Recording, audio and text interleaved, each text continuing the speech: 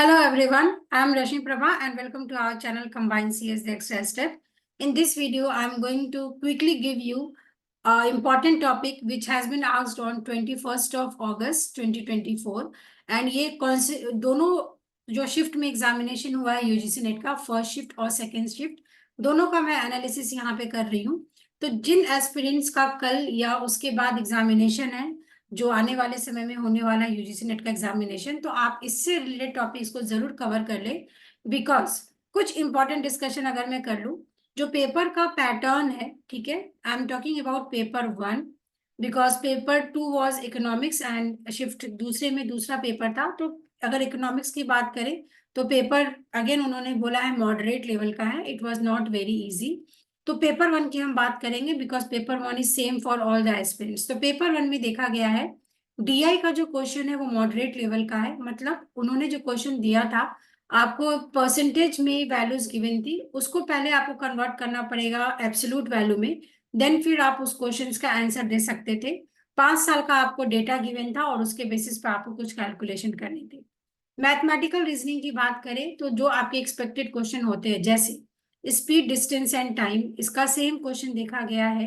फिर इसके बाद एवरेज कैलकुलेट करना, देन टाइम एंड वर्क से रिलेटेड क्वेश्चन है। एज फॉर एग्जांपल अगर इतने लोगों ने इस काम को 10 दिन में किया तो 2 पर्सन उस काम को कितने दिन में करेंगे। इसके बाद आपका सिंपल इंटरेस्ट हो गया, कंपाउंड इंटरेस्ट हो गया, सेम क्वेश्चंस रिपीट हुए हैं, सीक्वेंस वाले क्वेश्चंस भी रिपीट हुए हैं। तो जो एस्पिरेंट्स भी नेट का प्रिपरेशन करते हैं, अगर आपका मैथ्स स्ट्रांग है तो इस क्वेश्चन में आपको 10 आउट ऑफ 10 लाने की जरूरत है टू क्वालिफाई यूजीसी नेट। इसके बाद रीडिंग कॉम्प्रिहेंशन की बात कर ले तो पहले मैंने 5-5 क्वेश्चंस जो सॉलिड पूछे जाते हैं उसका मैं यहाँ पे आपको लिस्टिंग दे रही हूँ। Reading comprehension was easy, easy in the sense कि आपका अगर इंग्लिश अच्छा है तो इसमें भी कोशिश करिए आप 5 आउट ऑफ 5 लाने का, बिकॉज टू द पॉइंट जब आप रीडिंग कॉम्प्रिहेंशन को पढ़ रहे थे तो आपको डायरेक्टली आंसर मिल रहा है। इसका मतलब कि आप जब क्वेश्चन को सॉल्व करें तो पहले क्वेश्चन देखिए क्या है, उसके ऑप्शंस को देखिए और फिर वही लाइन आप कोशिश करें रीडिंग कॉम्प्रिहेंशन में ढूंढने का। तो this is the trick to solve reading comprehension. Reading comprehension को पढ़ना नहीं शुरू किया जाता है, क्वेश्चन को देख के वो जो सेंटेंस है आपके क्वेश्चन का उसको आपको मैच करना होता है कॉम्प्रिहेंशन में, then you will get answer. एक लाइन ऊपर या एक लाइन नीचे आपको आंसर्स मैच हो जाते हैं। तो इस ट्रिक के साथ आपको रीडिंग कॉम्प्रिहेंशन सॉल्व करना होता है। अब वन बाय वन हम बात कर लेंगे टीचिंग की। तो अगर आप रिसेंट ईयर का पैटर्न देख रहे हैं तो टीचिंग के क्वेश्चंस 2 से 3 ही पूछे जा रहे हैं एंड वो भी आपके स्टेटमेंट बेस्ड क्वेश्चन है। तो आप प्रॉपरली उसको पढ़िए और एलिमिनेशन मेथड के थ्रू उसको सॉल्व करिए। अगेन कम्युनिकेशन की बात करें तो कम्युनिकेशन में आपका जो रिसेंट टॉपिक्स है जैसे ऑनलाइन कम्युनिकेशन, ऑनलाइन टीचिंग की अगर हम बात कर ले, मास कम्युनिकेशन की बात कर ले, कम्युनिकेशन के जो डिफरेंट मॉडल्स हैं, मॉडल्स पे क्वेश्चन पूछा है जैसे लीनियर मॉडल होता है, ट्रांजेक्शनल मॉडल होता है, देन आपका इंटरेक्शनल मॉडल होता है।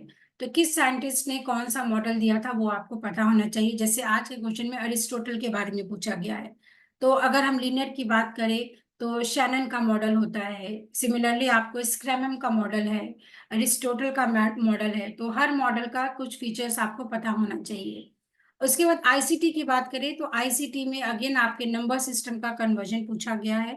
इसके बाद आपके जो डिफरेंट मालवेयर्स होते हैं उस पर क्वेश्चन पूछा गया है। Memory is a pet question of UGC net, volatile non volatile, तो इन सब पे क्वेश्चन देखा गया है। उसके बाद आपका जो इंटरनेट है दैट इज वेब पॉइंट 1.023, इस पे अगेन क्वेश्चंस देखे गए। तो ये सारे आपके रिपीटेड टॉपिक्स ही हैं, कुछ भी नया टॉपिक नहीं है। यहाँ से रिसर्च के क्वेश्चन बहुत अच्छे देखे गए हैं। तो जैसा आपको पता है कि रिसर्च पीएचडी के लिए भी इम्पोर्टेंट है, तो रिसर्च को बहुत अच्छे से करना होता है। रिसर्च में भी एज एक्सपेक्टेड सैम्पलिंग के जो डिफरेंट टाइप्स हैं आपके, sampling, non probability, probability sampling के जो टाइप्स हैं वो आपको पता होना चाहिए। देन इसके बाद हाइपोथेसिस, हाइपोथेसिस के जो डिफरेंट टेस्ट होते हैं इस पे क्वेश्चन पूछा गया है। इसके बाद सैम्पलिंग रिसर्च में again types of research is important, सारे टाइप्स को एक बार क्विकली रिवीजन करने की जरूरत है। एंड इसके बाद आपका जो स्टाइल्स होते हैं, जो आप रिसर्च पेपर लिखते हैं, then we are giving the citation, तो एमएलए पे क्वेश्चन पूछा गया है। तो जो भी लर्नर से एमएलए है तो आप एपीए देख लीजिए, शिकागो स्टाइल देख लीजिए। इसके बाद रिसर्च के जो एथिक्स हैं, एथिक्स पे क्वेश्चन पूछा गया है, प्लेगरिज्म पे क्वेश्चन पूछा गया है। तो ये सारे टॉपिक्स आपको पढ़ने की और एक बार क्विकली रिवीजन करने की जरूरत है।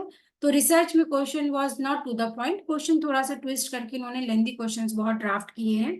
तो ध्यान से पढ़ना है और एक एक ऑप्शंस को सही से सेलेक्ट करना है। So this are almost 7 units. Then इसके बाद हम बात कर ले हायर एजुकेशन की। तो हायर एजुकेशन में एज एक्सपेक्टेड आपका एनईपी 2020 से क्वेश्चन पूछा गया है, वो भी यूनिवर्सिटी लेवल पे। तो एनईपी में आपको पता है स्कूल के रिफॉर्म्स है और यूनिवर्सिटी के रिफॉर्म्स है। तो आपके नेट के हिसाब से यूनिवर्सिटी के आपके रिफॉर्म्स पता होने चाहिए।